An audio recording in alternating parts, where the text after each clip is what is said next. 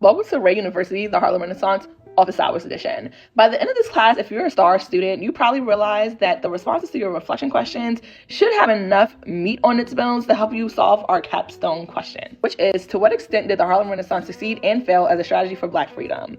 At the end of the session, you should have responses to every Unit 1 reflection question, and more importantly, the foundation for your capstone essay. Some of you may have not written an essay in quite a while, and that's okay. That's why we're at office hours. I'm hoping that my answers to my reflection questions will help you think through your questions, organize your ideas, and start shaping an argument, and not to intimidate you, because I know this is pretty meaty. The course introduction question was, what do you first think of when you hear the Harlem Renaissance? And this question was really meant to prime your thinking, because studying history really does require an open mind. My answer was, I think of my second grade Black History Month writing assignment. I had to write an essay on a Black historical figure, and I chose Duke Ellington. It was my first paper I ever researched on the internet. I remember using the class laptops, reading my first Wikipedia page, and learning what copy and paste was, and shortly after learning what plagiarism was. Once I realized I couldn't just copy and paste, I had to actually research. I had to check my resources, notice when two things said different things, and ask my teacher why. That assignment was my first lesson in questioning, interpreting, and reading in between the lines when creating and learning history. Lecture 1 was, we now know that cultural recognition doesn't automatically produce material change. What do you think people hoped the Harlem Renaissance would accomplish in its early years? This question was really to make you put yourself in these people's shoes, because I think that that's what's required to actually understand history. And my answer was, I honestly thought the Harlem Renaissance was mostly about joy. I imagined the roaring 20s, people having fun, being rebellious, celebrating Black excellence, and life after the war. The good times were rolling, and Black people wanted to be a part of it. I thought they were just like anyone else, trying to make their mark on the world. Lecture 2. Why do you think history prefers to freeze the Harlem Renaissance in its most glamorous years rather than teaching its decline and critique?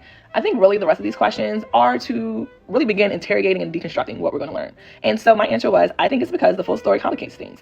It's easier to teach outcomes rather than consequences. When the Harlem Renaissance is framed as a brief golden age, it becomes a story of inspiration for Black people and a story of exceptionalism that Black people should aspire to for everyone else. Freezing the movement and glamour avoids confronting what it became after. Lecture 3. How does understanding Harlem as a product of restriction, not free choice, change how we think about cultural censors and the creation of culture? My answer was, understanding Harlem as a product of restriction forces us to rethink cultural censors as something organic or voluntary. Harlem didn't become a cultural hub because everyone chose it. It became one because segregation and redlining left Black people with few other options. Culture emerged from proximity, pressure, and shared survival, not from freedom. That reframes cultural brilliance as something created under constraint, not ideal conditions. And the last question was, when segregation forced Black people from different regions, classes, and backgrounds into the same urban space, how did proximity reshape Black cultural identity? And which identities became dominant, visible, or normalized? My answer was, forced proximity created a shared Black culture, but not an equal one. Identities closest to respectability, education, light skin, and institutional access became more visible and treated as representative. Working class, Southern, queer, and poor identities were present but often marginalized. Harlem unified Black life and stratified it at the same time. As you craft your own responses, I want you to remember that these are not individual assignments.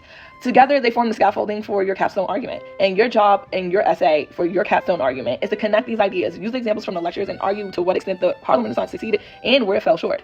I'll see you next week.